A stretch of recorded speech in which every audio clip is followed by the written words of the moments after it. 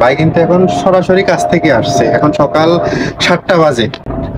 ভাই কিন্তু 12টার পর থেকে কতটা তলব মারছে এবং বর্তমান কাজের পরিস্থিতি কি, যারা নতুন বাংলাদেশ থেকে আসার জন্য আগ্রহ প্রকাশ করতেছেন। আসসালামু আলাইকুম ওয়া রাহমাতুল্লাহি ওয়া বারাকাতুহু। বন্ধুরা, আশা করি সকলে ভালো আছেন এবং সুস্থ আছেন। আপনাদের দোয়া এবং ভালোবাসা আমি ভালো আছি। আমি আপনাদের সাথে অনেকগুলো ভিডিওতে অনেকগুলো ইনফরমেশন শেয়ার করছি বর্তমান পরিস্থিতি সম্পর্কে, কিভাবে কি করলে আপনারা আসলে কাজ করতে পারবেন, উপকৃত হবেন, এই জিনিসগুলো আপনারা জানতে চান। তো আমি আপনাদের সাথে আজকে সরাসরি যে ভাই আমার সাথে দেখতে পাচ্ছেন যে আমাদের মনির ভাই কিন্তু ফুড ডেলিভারি করতেছে, আমিও কিন্তু ফুড ডেলিভারি করি।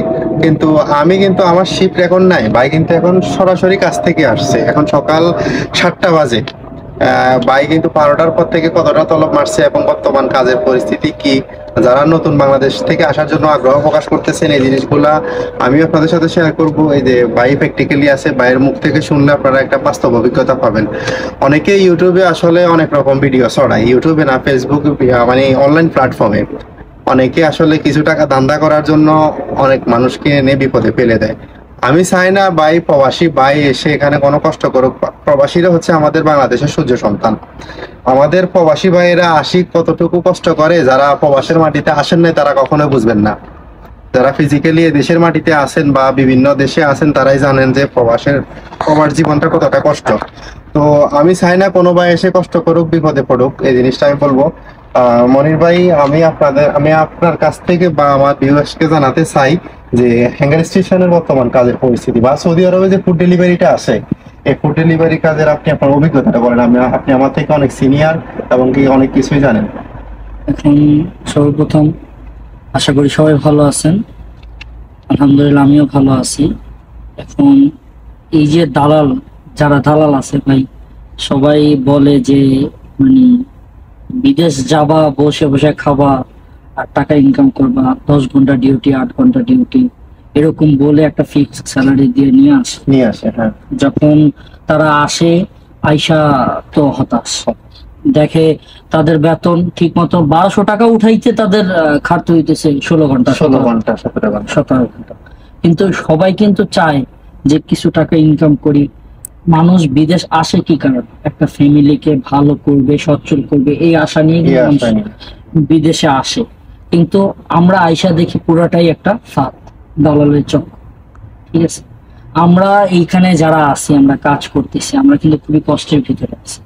দেখেন, আমি আজকে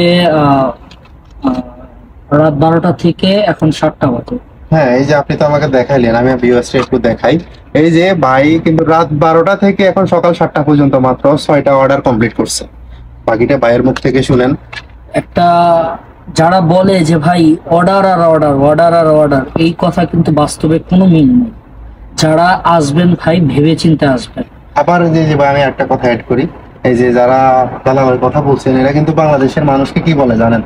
এরা বলে যে ভাই মাথা হচ্ছে এখানে আর কাস্টমারের বাড়ি হচ্ছে এখানে। হ্যাঁ, এই কথাটা বলে, এই জিনিসটা অনেকে আসলে বুঝে না। এখন মজার বিষয় হচ্ছে, আমি নিজে এটার শিকার। আমি এই মাত্র একটা তলব দিয়ে আসছি, তলবে আমাকে শো করছে হলো 9.5 কিলো, 9.5 কিলো ম্যাক্সিমাম অনেক। তো সকালবেলা তো আর 9.5 কিলো 10 কিলো এগুলি দেখার টাইম নেই।